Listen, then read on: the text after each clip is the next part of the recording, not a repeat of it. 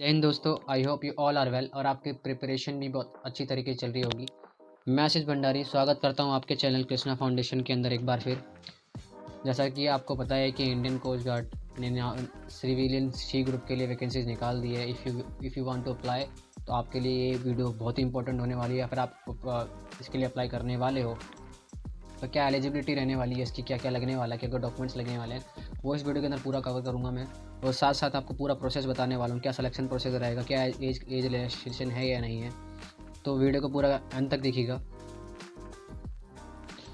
तो इस वीडियो के अंदर मैं आपको एक इन्फॉर्मेशन बताने वाला, जो इन्फॉर्मेशन आपके एग्ज़ाम को अप्लाई करते समय आपके लिए बहुत ही फ़ायदेमंद होगी। जब आप अपना फॉर्म अप्लाई करोगे, क्या मोड रहेगा, ऑनलाइन अप्लाई करना है या ऑफलाइन अप्लाई करना है, तो सारे के सारे जितने भी हल होंगे आपको मैं इस वीडियो के अंदर दे दूँगा। तो वीडियो को एंड तक देखिएगा। चलिए स्टार्ट करते हैं।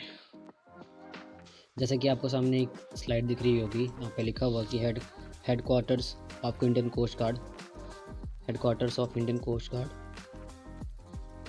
Near Napier Bridge, Fort Saint George प्यू, पोस्ट बॉक्स ऑफ चेन्नई। तो जो वैकेंसीज़ है आपकी चेन्नई स्टेशन के लिए वैकेंसीज होगी। चेन्नई स्टेशन ने रिसेंटली अपने लिए ईस्ट जोन के लिए अपनी वैकेंसीज निकाल दी हैं। तो आपके लिए इसमें सबके सारी की सारी जानी क्या क्या क्वालिफिकेशन होने वाली है। तो सबसे पहले यहाँ पे दिख रखा है, आपको यहाँ पे दिख रहा होगा कि यहाँ पे इंजन ड्राइवर्स के लिए निकाल रखी है। इंजन ड्राइवर्स के अगर आप इंजन ड्राइवर के लिए अप्लाई करना चाहते हो, अनरिजर्व के लिए 6 वैकेंसीज है। टोटल 8 वैकेंसीज हैं इसके अंदर। और टोटल अगर आप जनरल के लिए 6, ओबीसी के लिए 1 और एससी के लिए 1। इसी तरीके से अगर आप जो प्लेसिंग होगा आपका चेन्नई होगा, ठीक है। पे स्केल आपका 5,200 से 20,020 के बीच में होगा। लगभग 24,000 पे आपका जीपी मिल जाएगा आपको। और रिवाइज मतलब पे लेवल आपका 4 का मैट्रिक से मिलेगा। लगभग 25,500 के लिए आपका बेसिक पे होगा, ठीक है।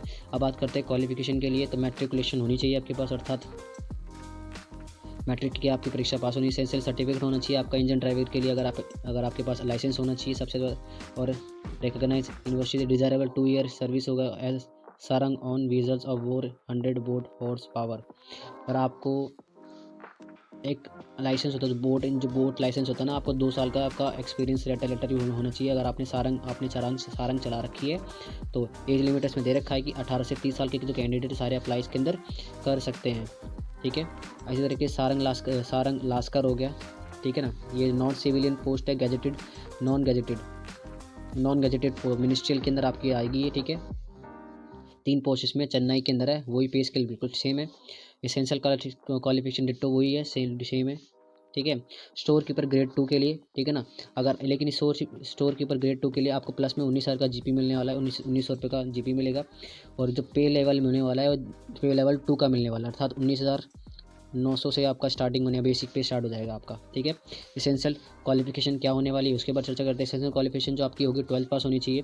From the recognise 1 year experience मांगा इन्होंने, याद रखिएगा 1 year experience is compulsory for this post if you really want to apply for this. तो this is compulsory if you really want to apply for this post, okay. आगे बढ़ते हैं हम। इसी तरीके से आप आगे बढ़ लेते हैं।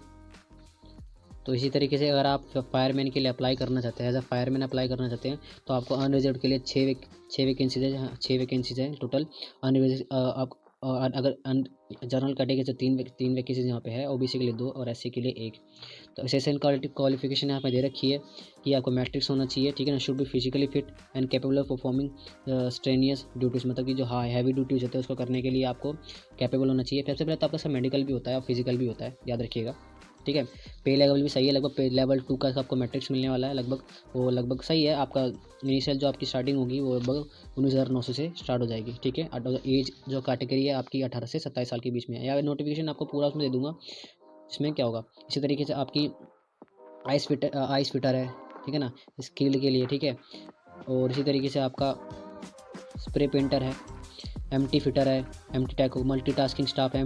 मल्टीटास्किंग स्टाफ के लिए बहुत से कैंडिडेट अप्लाई करेंगे, क्योंकि मल्टीटास्किंग स्टाफ में आपको ज़्यादा कुछ भी काम दे देते हैं वो, ठीक है। और इसका पे लेवल भी सही है, लगभग 18,000 से आपका पे लेवल का बना है, ठीक है।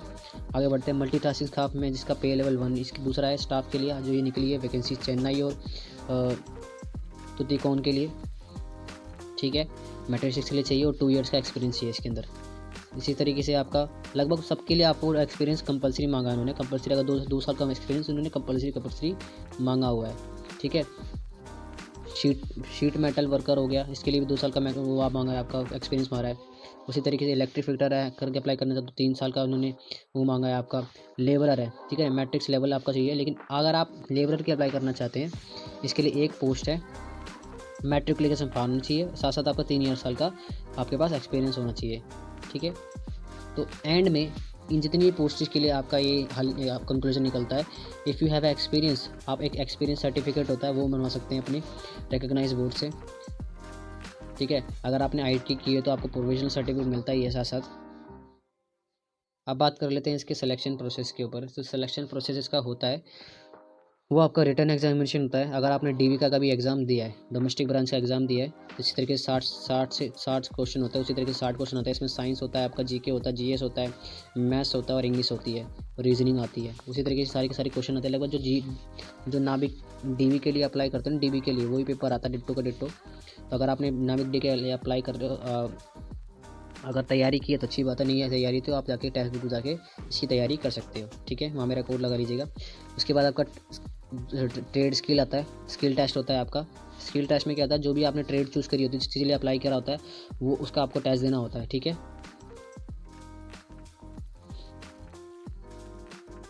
तो बात कर लेते हैं आपके एप्लीकेशन फॉर्म की, आपको एप्लीकेशन कौन थी, आपको सब स्क्रीन पर दिख रहा होगा, this is your application form. तो सबसे पहले तो आपको यहाँ पे अपना नाम बदलना है। आपका नाम क्या है, जो भी आपका नाम हो सकता है, डैश करके XYZ जो भी करके कुछ भी हो सकता है आपका नाम, ठीक है।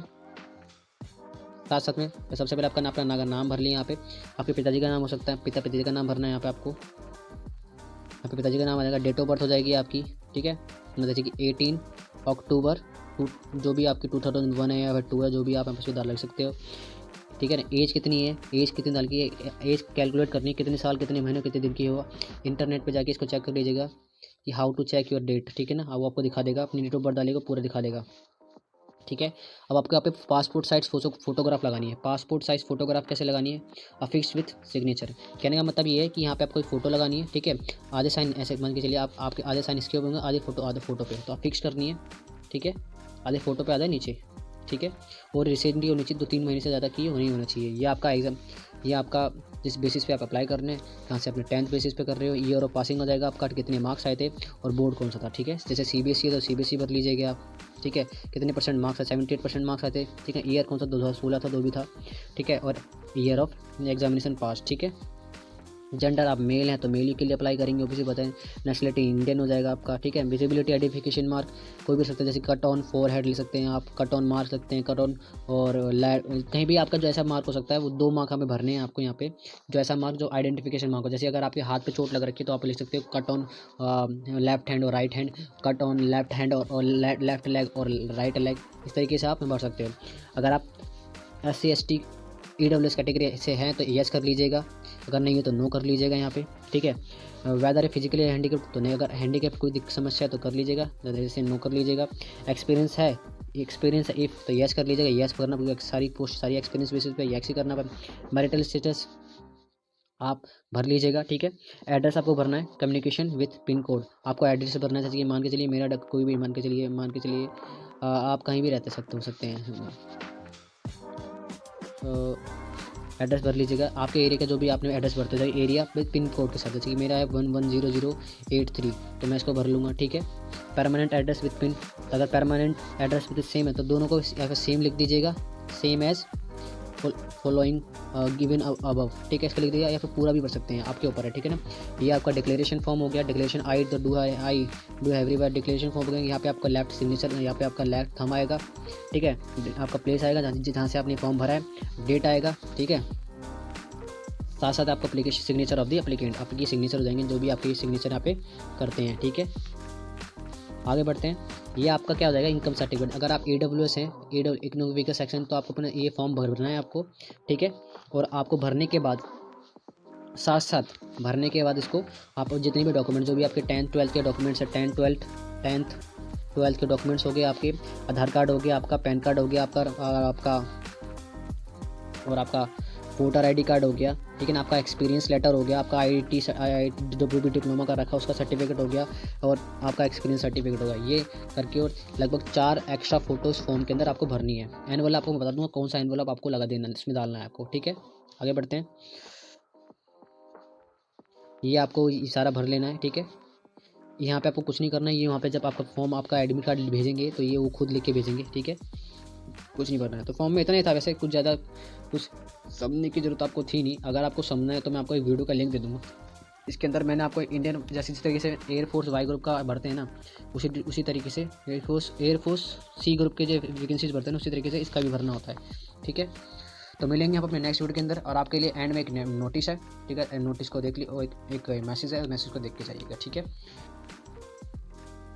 Bye bye. और आपके लिए एक चीज़ बताना चाहता हूँ, अगर आप ऑनलाइन प्रिपरेशन कर रहे हैं तो अच्छी बात है, क्योंकि ऑनलाइन प्रिपरेशन के बाद आपका टाइम भी बचता है, साथ साथ में आपको एक प्रिपरेशन सही हो जाती है, आपकी प्रिपरेशन होता है, आपको कहीं जाने की जरूरत नहीं पड़ती है। आपको वहाँ पे करंट अफेयर, अगर आप ऑनलाइन प्रिपरेशन करते हैं, आपका मैं प्लेटफॉर्म बताता हूँ, उसका नाम है टेक्स्ट बुक।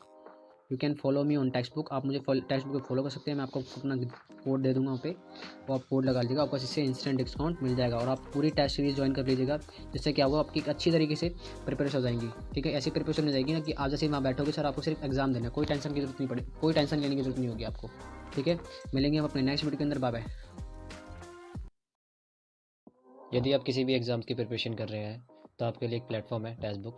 टेक्स्ट बुक पर आप लगभग 10,000 से ज़्यादा मॉक टेस्ट लगा सकते हैं। आपको यहाँ पे करंट अफेयर्स मिल जाएंगे एक ही जगह पे, किसी की भी जगह जाने की जरूरत नहीं है। यदि आप किसी भी एग्ज़ाम की तैयारी कर रहे हैं, SSC हो गया, आपका DSSB हो गया, या अन्य किसी भी तैयारी की तैयारी कर रहे हैं, डिफेंस हो गया, IMA हो गया, तो वहाँ पे आपको सारी चीज़ें एक साथ मिल जाएगी, और बिना किसी झंझट के।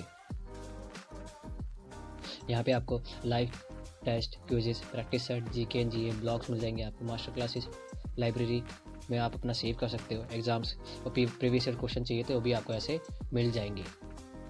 टू गेट इंस्टेंट डिस्काउंट, यदि आपको इंस्टेंट डिस्काउंट चाहिए तो आप मेरा रेफरल कोड यूज़ कर लीजिएगा। मेरा रेफरल कोड है 6x0GF7, 6x0GF7, जिससे आपको इंस्टेंट डिस्काउंट मिल जाएगा, जिससे आप इजीली क्या कहते हैं, बस 2000 से ज़्यादा ऑनलाइन टेस्ट दे सकते हैं और एक्सेस कर सकते हैं। मिलते हैं हम अपने नेक्स्ट वीडियो के अंदर। Bye bye.